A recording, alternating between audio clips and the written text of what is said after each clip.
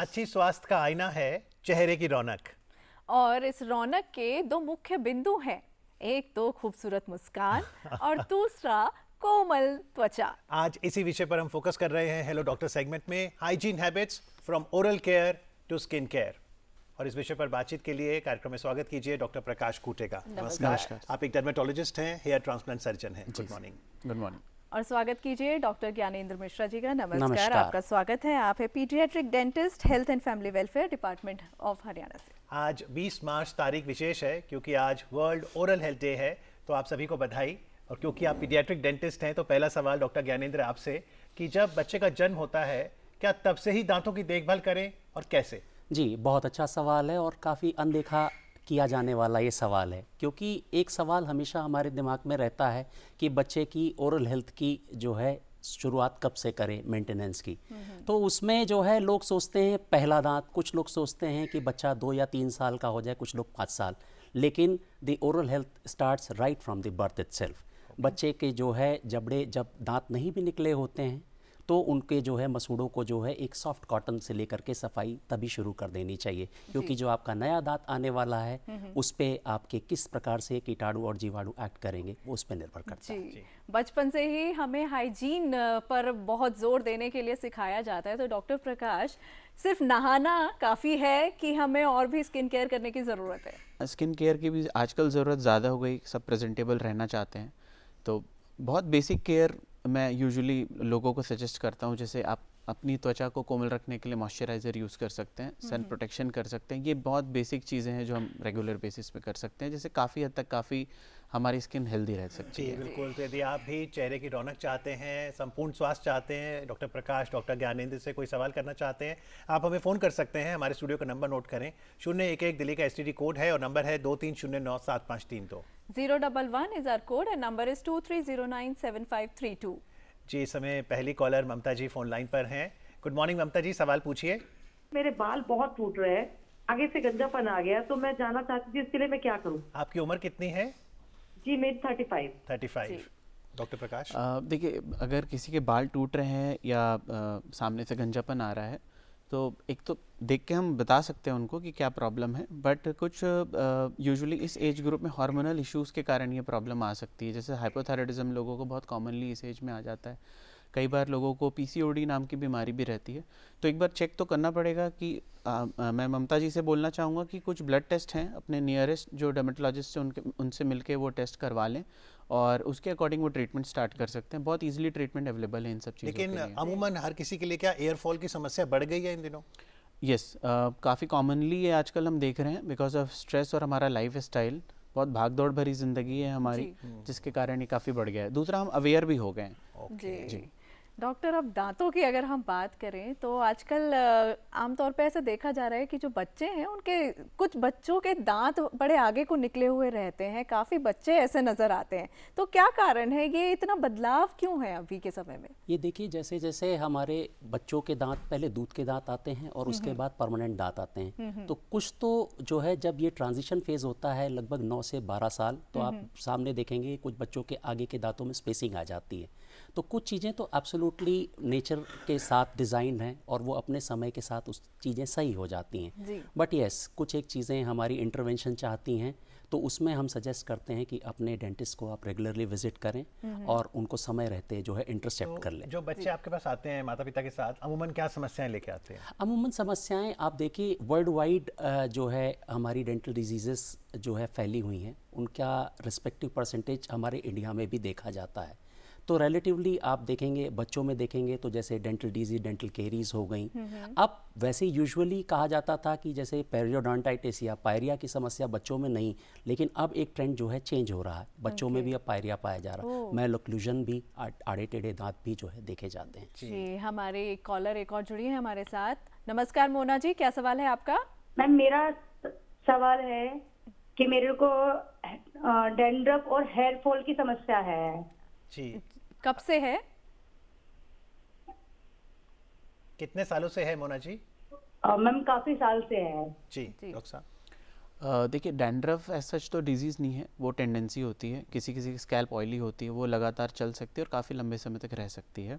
अब जैसे हमने पहले भी बात की थी, हेयर फॉल के बहुत सारे कारण हो सकते हैं। यंग फीमेल में यूजुअली न्यूट्रिशनल प्रॉब्लम्स होते हैं, मिडिल एज में यूजुअली हार्मोनल इश्यूज होते हैं, और यंग एज में भी हार्मोनल इश्यूज थोड़े आने लगे हैं। तो न्यूट्रिशन पे ध्यान देना ज़रूरी है, अपने हार्मोनल डिसबैलेंस के बारे में जानना ज़रूरी है। तो डॉक्टर से एक बार मिल लें, उनसे ज़्यादा चीज़ें समझ में आ सकती हैं। कॉम्बिनेशन डैंड्रफ और हेयर फॉल है तो हो सकता है कि पीसीओडी हो उनको, उसके लिए भी हमको एक बार चेकअप करना ज़रूरी होता डॉक्टर है। साहब, खान पान के पूछना चाहूँगा, अगर हम जंक फूड ज़्यादा खाते हैं, तला ज़्यादा खाते हैं, जी। इसका क्या असर पड़ता है हमारी स्किन पर? देखिए, जो तली भुनी चीज़ें बहुत ज़्यादा, अगर ऑयली चीज़ें खा रहे हैं आप या बाहर की चीज़ें बहुत खा रहे हैं, तो इससे इंसुलिन रेजिस्टेंस डेवलप हो सकता है आपको। दूसरा, आपका ऑयल ग्लैंड सिक्रीशन थोड़ा इंसुलिन रेजिस्टेंस के कारण, प्लस क्योंकि जैसे कॉर्टिसोल हार्मोन के बारे में बात करते हैं, इन सब चीज़ों के कारण आपका सिक्रीशन, सीबम सिक्रीशन, ये सब चीज़ें बढ़ सकता है। इंसुलिन रेजिस्टेंस के कारण आपको एक्यांथोसिस निग्रिकेंस नाम का एक कंडीशन डेवलप हो सकता है, जिसमें आपने देखा होगा स्किन थोड़ी मोटी, काली और मोटी सी दिखने लग जाती है। तो स्किन का टेक्सचर और स्किन का क्वालिटी थोड़ा ख़राब हो सकता है, एक्ने ज़्यादा आ सकते हैं। अब देखा होगा कई लोग थोड़े मोटापे से पीड़ित रहते हैं, उनको भी ये जी। प्रॉब्लम्स आती हैं। कुमार जैन जी हैं फोन लाइन पर। हेलो हाँ, गुड मॉर्निंग अमित भावना जी, जी, नमस्ते। और नमस्ते। गुड मॉर्निंग दोनों पैनलिस्ट के। जी, मेरा सवाल है कि फंगल की प्रॉब्लम में शुगर का कितना इम्पैक्ट होता है। जी डॉक्टर साहब, पहले मैं और आपसे अमित जी, पूछूंगा। आज डॉक्टर मेखला से जो बातचीत कराई वो बहुत मीनिंगफुल थी। अच्छा, चलिए, doctor mekhela Thank you, studios में thank हैं you. और थैंक यू वेरी मच। दोनों से ही पूछूंगा, स्किन में भी फंगल डिजीज होती है, लेकिन क्या दांतों में भी हो सकती है? जी बिल्कुल, दांतों में भी फंगल इन्फेक्शंस हो सकते हैं। हमारे मुंह में जो जीवाणु तैरते रहते हैं उनमें फंगाई भी देखी जाती हैं। Okay. यस, अगर किसी भी चीज़ का जो है हमारा इन्फेक्शन होता है तो चाहे बैक्टीरियल हो, वो बाद में अगर हमारी जैसे डायबिटीज़ वगैरह हमारी कंट्रोल नहीं होती तो एसोसिएटेड फंगल इन्फेक्शन भी हो सकता है, कैंडिडियासिस जिसे कहते हैं, वाइट टंग या ओरल थ्रश कहते हैं। तो इन सब का भी मैनेजमेंट जो है समय रहते आप इसके लिए मेडिसिन ले सकते हैं। टंग क्लीनर, आपको रेगुलर टंग क्लीनिंग की भी बताई जाती है। बच्चों में भी जो है यूजुअली देखा जाता है फंगल इन्फेक्शन, तो इसका हम इलाज करवा त्वचा सकते हैं। में फंगल इन्फेक्शन? जी बिल्कुल, अगर किसी को डायबिटीज़ है तो उसको फंगल इन्फेक्शन काफ़ी परसिस्टेंट रह सकता है, मतलब बार बार आ सकता है, रिकरेंसेस भी काफ़ी कॉमनली हम देखते हैं, और दवाइयों का असर भी थोड़ा कम आता है। तो ऑब्वियसली हम चाहते हैं कि डायबिटीज़ कंट्रोल्ड रहे, अगर किसी को फंगल इन्फेक्शन है ज़्यादा चांसेस रहेंगे। कई बार अभी जैसे हम फंगल इन्फेक्शन की बात कर रहे हैं, डेंड्रफ भी हम कई बार देखते हैं कि लोगों के आईब्रोज पर जो है वहाँ डेंड्रफ आ जाता है, या वहाँ पर कुछ अजीब तरीके की स्किन बननी शुरू हो जाती है, तो वो क्या रीज़न है और उसका कैसे क्योर होता है? देखिए, ये बेसिकली आप जो कंडीशन के बारे में बात करें, इसको हम अपने भाषा में सिबोरिक डर्मेटाइटिस बोलते हैं। एक्चुअली एक स्पेक्ट्रम होता है, डैंड्रफ मान सकते हैं आपकी माइल्ड फॉर्म है उस चीज़ का, और सिबोरिक डर्मेटाइटिस एक प्रॉपर डर्मेटेटिक कंडीशन है, मतलब इन्फ्लेमेशन हो रहा है आपको स्किन में। तो ये आईब्रोज में डैंड्रफ बनना, और इनफैक्ट सिर्फ आईब्रोज नहीं, जहाँ भी हेयर बेयरिंग एरियाज होते हैं हमारे, खासकर ये जो एरिया है फेस का, एक तो सेंटर पार्ट, चीक्स वाला एरिया, बियर्ड एरिया, चेस्ट, जहाँ पर हेयर हो सकते हैं, यहाँ सीबम ग्लैंड्स होते हैं ज़्यादा, तो यहाँ से ज़्यादा सीबम सिक्रेशन के कारण इस जगह पे एक इन्फ्लेमेटरी कंडीशन डेवलप होती है, जिसे हम सिबोरिक डर्मेटाइटिस बोलते हैं। तो ये है बेसिकली ये कंडीशन। लेकिन दांतों की अगर बात करें डॉक्टर साहब, तो बच्चों को कितनी बार ब्रश करना चाहिए और ब्रश करने का सही तरीका क्या है? ब्रश करने का तरीका जो है एज के साथ जो है चेंज होता है। अब आप अगर बच्चे को आप 45 डिग्री का कोड समझाएंगे तो हमें शायद समझाने में जो है काफ़ी साल लग जाएंगे, राइट। तो बच्चों के लिए इसको एक हैबिट को जो है आप एक फन एक्सरसाइज बना दीजिए, राइट। बच्चे को जो है आप सर्कल बनाने के लिए कहिए, बड़ा सर्कल बनाता रहेगा, उसके बाद उसको धीरे धीरे करके छोटा करिए, छोटा करके इतना ले आना है कि उसके मुंह में ब्रश चला जाए। ब्रश ले करके आप, और अगर हम बड़े लोगों की बात करें तो मॉडिफाइड बास टेक्निक, जो कि 45 डिग्री का कोड हम समझाते हैं कि ब्रश को आप 45 डिग्री के कोड जहाँ पर मसूड़े आपके दांत से हो रहे हैं उसको करके आपको ट्विस्ट मोशन में जो है हर एक दांत के हर एक सरफेस को क्लीन करना होता है। 2 मिनट दिन में 2 बार इस मिनट। अच्छा जी, एक और कॉलर हमारे साथ जुड़ी हैं। नमस्कार सुषमा जी, क्या सवाल है आपका? मेरा बेटा 28 साल का है और उसके सिर के ऊपर से काफी बाल उड़ गए हैं, गोल गोल सब्जी से बन रहे हैं जी। तो मेरे को सर ये पूछना है, जो आजकल ना वो ब्लड से प्लाज्मा बनाते हैं और सिर में सुई से डालते हैं, तो वो कितना कारगर है या नहीं है? सर मेरी समस्या का, जिज्ञासा का समाधान कीजिएगा। जी, ये भी बताइए सुषमा जी, आपके जो हस्बैंड हैं या फिर बेटे के जो दादाजी हैं, उनके फैमिली में सर मैंने ये बेटा एडॉप्ट किया है, ये मेरा जो इनकी फैमिलीज है उनके घर में है एक दो को इस तरीके से, एक दो। हाँ जी डॉक्टर साहब जी तो जैसे सुषमा जी बता रहे हैं, तो आई थिंक उनके बेटे का एंड्रोजेनेटिक एलोपेशिया है और फ्रंटल अगर बॉल्डनेस आ गया है तो वहाँ पर यूजुअली हम हेयर ट्रांसप्लांट करते हैं। देखिए पीआरपी जो वो सवाल कर रहे हैं कि वो ब्लड से जो बनाया जाता है उसको हम बोलते हैं पीआरपी, प्लेटलेट रिच प्लाज्मा, और ये एक रीजनरेटिव थेरेपी है, लेकिन ये वहाँ काम करेगा जहाँ पर रूट्स अवेलेबल हैं। अच्छा, तो अगर सपोज पीछे बाल बचे हुए हैं वहाँ पर हो सकता है और बेटर हो जाए बाल, क्राउन एरिया जो ये होता है एरिया, बीच का एरिया हो सकता है वहाँ पर बाल आ जाएं, बट फ्रंट जैसे बता रहे हेयर लाइन पीछे चले गई है तो हेयर लाइन पे हेयर ट्रांसप्लांट ही बेस्ट ऑप्शन रहेगा। मोस्टली बाल यहाँ से जाते हैं, सेंटर से ही जाते हैं मोस्ट नहीं, सामने पूरा चला जाता है। इसमें भी ग्रेड्स हैं एक्चुअली, जैसे ग्रेड 1 से लेके ग्रेड 7 तक ग्रेडिंग है कि कहाँ तक आपके बाल पीछे गए हुए हैं। तो अगर किसी का पूरा ही गंजापन है, पीछे बस छोटा सा एरिया बस बचा हुआ है, उसको हम ग्रेड 7 बोलते हैं। अच्छा, तो हमारा जो स्कैल्प होता है क्या उसकी कोई ऐसी कंडीशन होती है जिसकी वजह से हमारे हेयर का टेक्सचर बदल जाता है या हेयर फॉल शुरू हो जाता है, कुछ ऐसा रीज़न रहता है? देखिए काफ़ी चीज़ें तो जेनेटिक हैं कि जैसा हमारे फैमिली में चल रहा है उसी तरीके से हमारे बाल यूजुअली बिहेव करते हैं। ओके जी बिल्कुल। लेकिन दांतों की अगर बात करें डॉक्टर साहब, अगर हम लाइफ स्टेज में आगे बढ़ें, प्यूबर्टी में आए तो या फिर यूथ में जाएं, वहाँ की समस्याएं क्या हैं? हर एक स्टेज में जो है अपनी वो होती है, जैसे हमने अभी पीडियाट्रिक प्रॉब्लम्स बताई, इसी तरह एडोलसेंस हो गई। एडोलसेंस में क्या होता है, जैसे आपने मैलोक्लूजन पे एक सवाल पूछा था कि बच्चों के आड़े टेढ़े दांत, तो किशोरा अवस्था को जो है हम इसके लिए बेस्ट स्टेज मानते हैं कि आप जितना जल्दी जो है ट्रीटमेंट करवा और लें। बच्चे उस अवस्था में कॉन्शियस भी रहते हैं अपनी जी लुक को लेकर। हाँ, आजकल जो है फैशन के दौर में जो है बच्चों को ओरल हाइजीन या ओरल उस पर जो है ज़्यादा स्ट्रेस रहता है जी। और उसके बाद आप देखिए एडल्टहुड में क्या होता है, हमारी जो है स्ट्रेस की बात जैसे अभी हमने करी कि स्ट्रेस में रहते हुए लोग जो है नशे के आदी होते हैं, तो उन सब चीज़ों से भी बचना चाहिए हमें, क्योंकि हमारी ओरल डिजीज़ जो है उसमें काफ़ी ज़्यादा बढ़ जाती हैं। और आपके लेटर स्टेजेस में जो है जिस प्रकार से आपकी अगर हाइजीन वगैरह नहीं मेंटेन आप कर पाते हैं, पेरिडोंटल प्रॉब्लम्स जैसे ड्राई माउथ की कंडीशंस आ जाती हैं जिससे हमारी डेंटल डिजीज़ ज़्यादा बढ़ती हैं, तो उन पे ध्यान देना चाहिए। जी, इस समय बिहार चलते हैं जहाँ से आयशा जी हैं फोन लाइन पर। हेलो मेरा बाल बहुत ज्यादा सफेद, जी जी, तो इसका उपाय क्या? टीनेजर हैं और बाल में सफ़ेदी है। जी देखिए बाल अगर बहुत कम एज में सफ़ेद हो रहे हैं तो यूजुअली वो जेनेटिक है। अच्छा, उसमें बहुत ज़्यादा ट्रीटमेंट के ऑप्शंस नहीं होते, बट देखिए बाल अगर सफ़ेद हो रहे हैं एक प्रॉपर एज में, एक जेनेटिक हो गया, एक एज रिलेटेड हो गया, बीच का एक हिस्सा होता है जहाँ पर कुछ रीजंस हो सकते हैं। एक न्यूट्रिशनल डेफिशिएंसीज हो सकती है, आप iron, vitamin D, vitamin B12, micro nutrients ये चेक कर सकते हैं।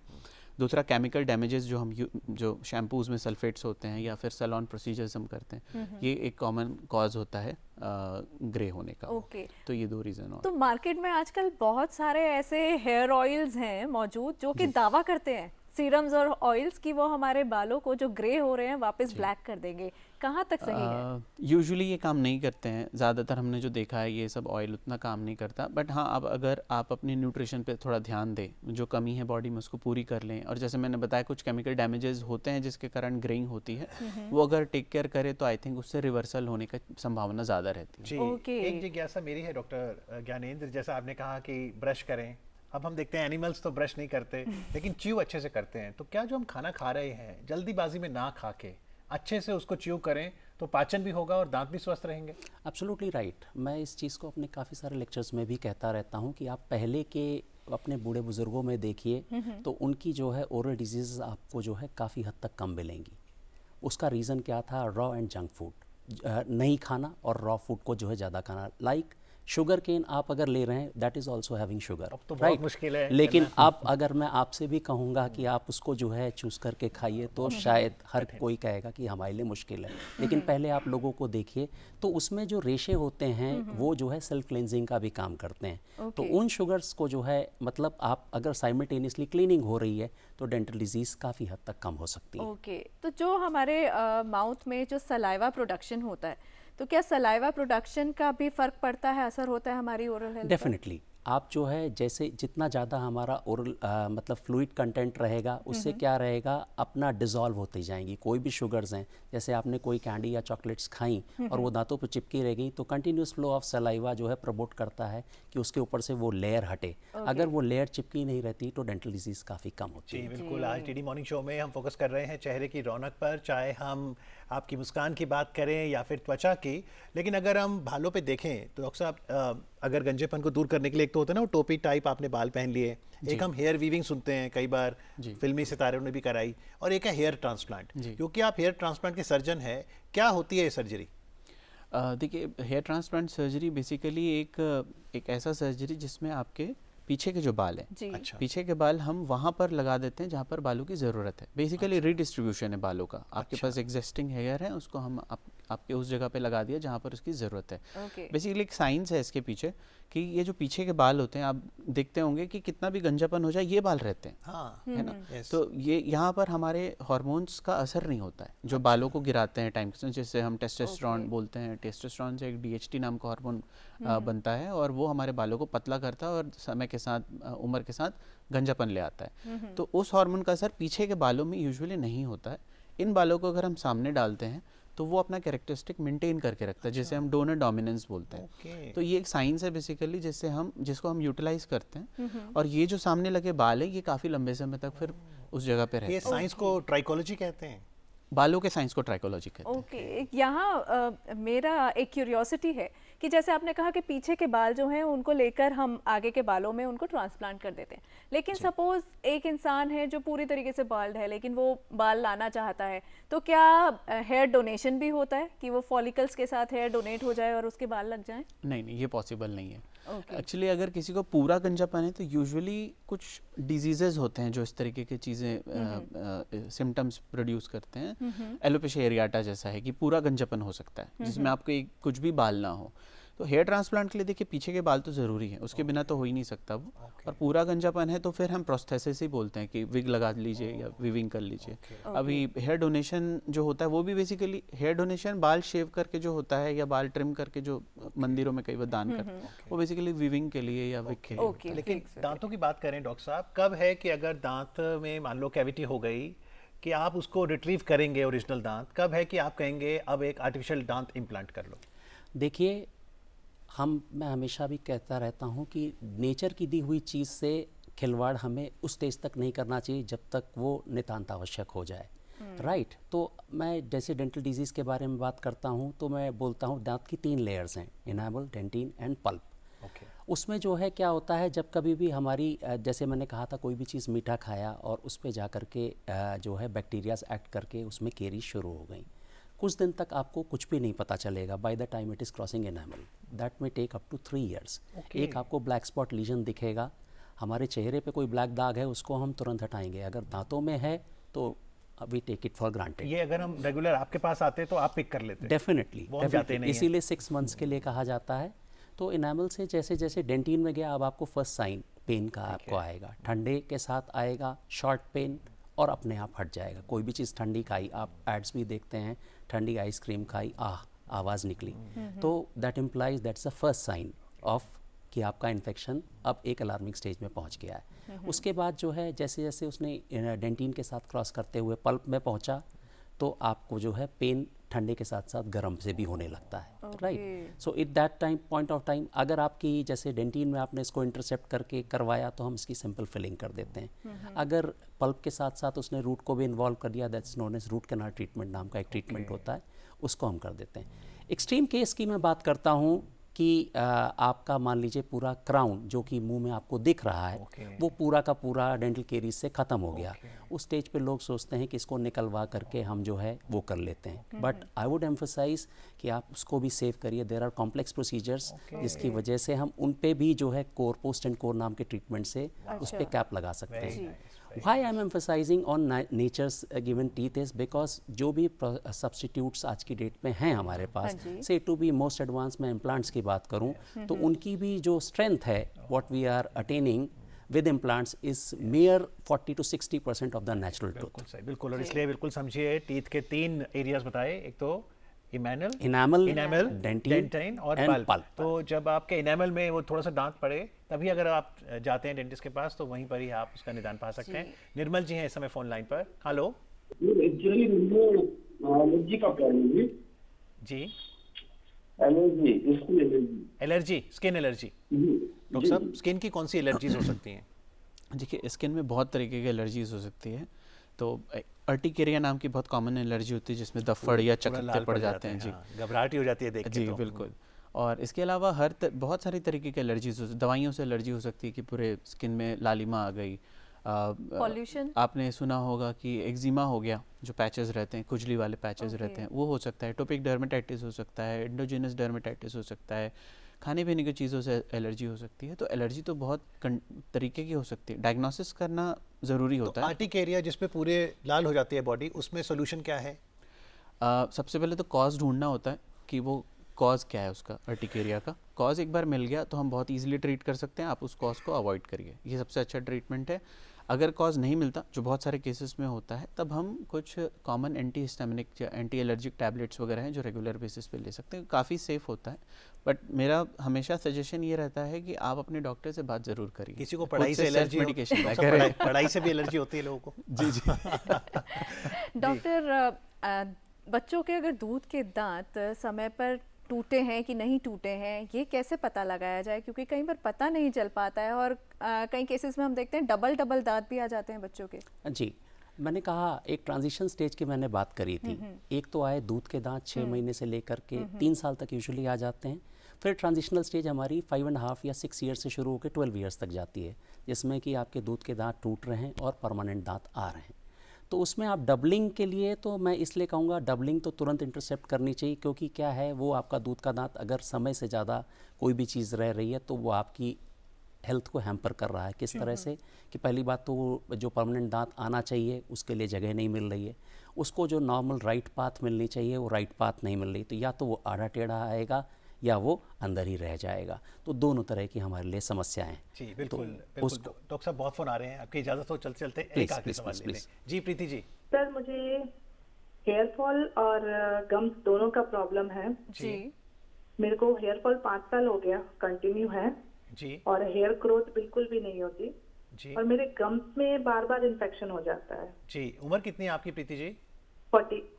जी, डॉक्टर साहब पहले गम्स का बताइए। मैम, गम्स के लिए प्रीति जी को मैं कहना चाहूँगा कि 40 इयर्स है तो मैंने कहा पेरियोडोंटल समस्या या पायरिया, उसके लिए मैंने कहा था कि कभी भी हम ब्रश करते हैं तो ब्रशिंग हमारी जो है सफिशेंट नहीं रह जाती, क्योंकि हर एक नुक एंड कॉर्नर को हम नहीं पहुंच सकते हैं।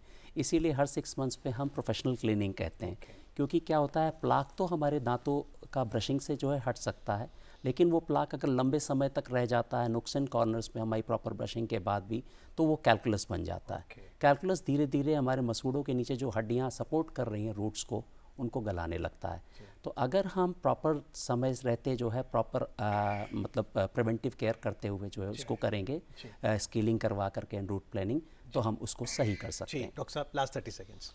जी देखिए, 40 एज है तो इस एज में अगेन जो हमने बात की थी, एक तो हार्मोनल इश्यूज हो सकता है, हाइपोथायरायडिज्म हो सकता है, कई बार फीमेल पैटर्न हेयर लॉस होता है, पीसीओडी भी रहता है। बट 40 में कई बार पेरीमेनोपॉजल जो एज ग्रुप आने लग जाता है उसके कारण भी हेयर फॉल होना शुरू हो जाता है। तो ये देखना ज़रूरी है कि एक्चुअली वो दिख कैसा रहा है हेयर फॉल अभी, तो एक बार वो डायग्नोसिस हो जाए उसमें फिर हम सही कॉज बता पाएंगे। बट इस एज ग्रुप में ऑलमोस्ट सारे कॉजेज हो सकते हैं हेयर फॉल। इनफैक्ट न्यूट्रिशन भी कई बार एक मेजर कॉज बन जाता है, आयरन डेफिशिएंसी वगैरह भी। बिल्कुल, तो अपने खान पान का ध्यान रखें और सही समय पर अपने डॉक्टर से सलाह भी लें। आज कार्यक्रम में आके चेहरे की रौनक पर बात करने के लिए डॉक्टर प्रकाश कूटिया आपका, डॉक्टर ज्ञानेंद्र मिश्रा आपका बहुत बहुत आभार। Thank you very much. Thank you.